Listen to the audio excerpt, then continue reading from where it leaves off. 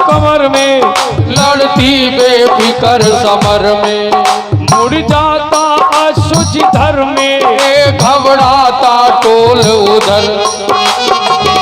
न बांध दुनाली था केसरिया बाना झांसी वाली का।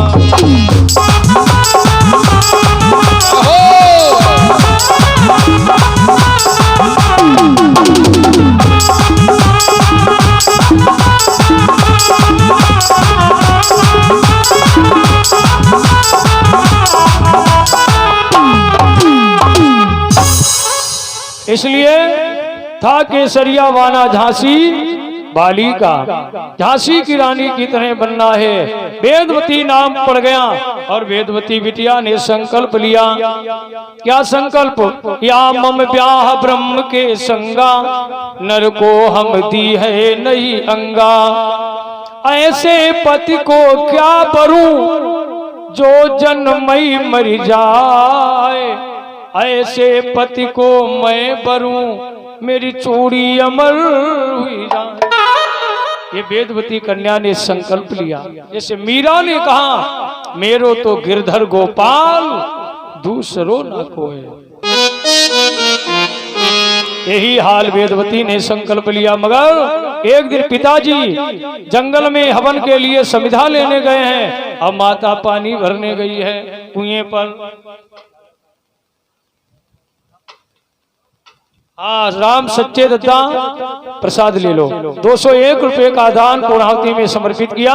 साधुवाद है भैया। रावण आया, कन्या अकेली थी। रावण ने विमान खड़ा किया, पास में गया और रावण ने कहा, रावण पूछी कौन किशोरी, लई चली हूं लंकई पर जोरी।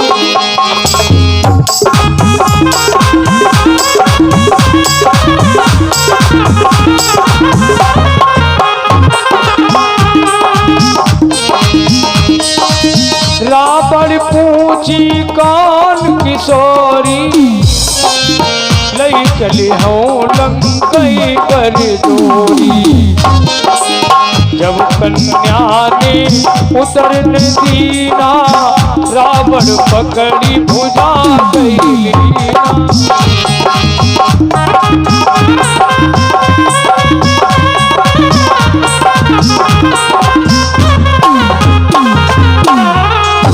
कन्या चिल्लाने लगी। कोई आवाज सुनने वाला हो तो रघु दिलीप रहे खेल शिकारा, कान में पड़ी सुता चिंगारा। महाराज दिलीप शिकार खेल रहे थे। महाराज दिलीप ने धनुष बाण लिया, मंत्र पढ़ा, कहा जाओ पापी के इतना लगना, बेहोश कर देना जब तक सत्यकेत मुनि जी ना आ जाएं समिधा लेकर। बाण चला, रावण के लगा, बेहोश होकर गिर गया, हाथ छूट गया, कन्या आश्रम के अंदर चली गई। तब तक पिताजी आ गए भैया समिधा लेकर पिताजी आ गए। तब रावण खड़ा हुआ, मुनि पूछी कहाँ थे बलधामा। रावण कहती करत विश्रामा। जानाई कही हमने तुम्हारी बिटिया का जबरन हाथ पकड़ा, हमारे बाण लगा और हम बेहोश हुए गए। जानाई बताई, कहता झूठ कहता है, थकान आ गई थी, आराम करने लगा। अब पिता को क्या मतलब भैया। आगे बढ़े ऋषि बलवंका, भागी गयो रावण तब लंका। पिताजी जब आए आश्रम में, बिटिया रो रही थी, तब माँ भी आ गई, सारी कहानी सुनाई। अब भैया पता है, वेदवती बिटिया चिता बनाकर बैठ गई। चिता पर जलने के लिए अंगूठे से अग्नि को प्रकट किया और धू धू करके आग जली।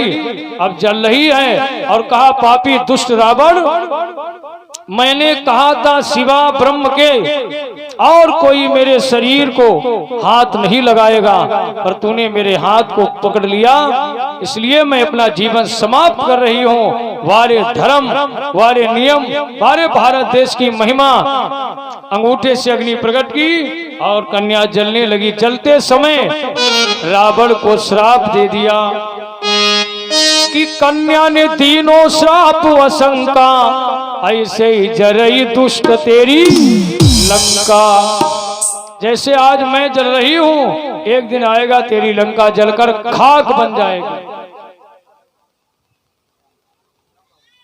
101 रुपए का दान भाई दद्दा राम बाबू जी प्रसाद ले लो। राम बाबू दद्दा अर्पण किए हैं अड़ा से।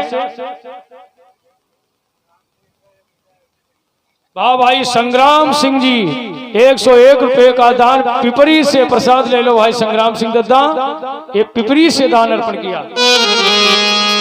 रावण को श्राप दिया कि जैसे आज मैं जल रही हूं, एक दिन ये तेरी सोने की लंका जलकर खाक में मिल जाएगी। और भैया चिता बनाई जली तेई ठाई, जन्मी सोए जनक घर आई। सतयुग में वेदवती नाम की बिटिया, वही वेदवती बिटिया त्रेता काल में महाराज जनक जी के यहाँ सीता बन करके आई थी। अब वही सीता जी द्वापर में राजा भीष्मक के आंगन में रुक्मणी का अवतार लिया है। एक शहर पड़ता है कुन्ननपुर, ये मालूम कहाँ है? बंबई में। बंबई में शहर पड़ता है कुन्ननपुर। वहीं के राजा थे भीष्मक, जिनके 5 बेटा थे, बिटिया एक भी नहीं। तब रुक्मणी ने, ये लक्ष्मी रूपी रुक्मणी ने अवतार लिया। भैया एक लड़की का होना बहुत जरूरी है। जब तक कन्यादान घर में नहीं होता, तब तक ग्रह की शुद्धि नहीं होती। कोठी चाहे 12 मंजिल बना लो। 5 बेटा थे, बिटिया एक भी नहीं। तब लक्ष्मी रूपी रुक्मणी का अवतार हुआ। और अवतार हुआ, धीरे धीरे रुक्मणी बड़ी हो रही है। रुक्मणी ने बचपन में ही अपने मन का पति श्याम सुंदर कन्हैया को वर्ण कर लिया था। और वर्ण करके सोते जागते चलते फिरते केवल अपने कन्हैया की याद किया करती थी। और याद करती थी, जमीन में चित्र बनाती थी कन्हैया का, बंसी बनाती थी और याद किया करती थी। यहीं पे मन रोक लो, यहाँ से आगे की कथा आप लोग सुनेंगे। रात में रुक्मणी ने बचपन में ही मन का पति कन्हैया को मान लिया था। भाइयों आइए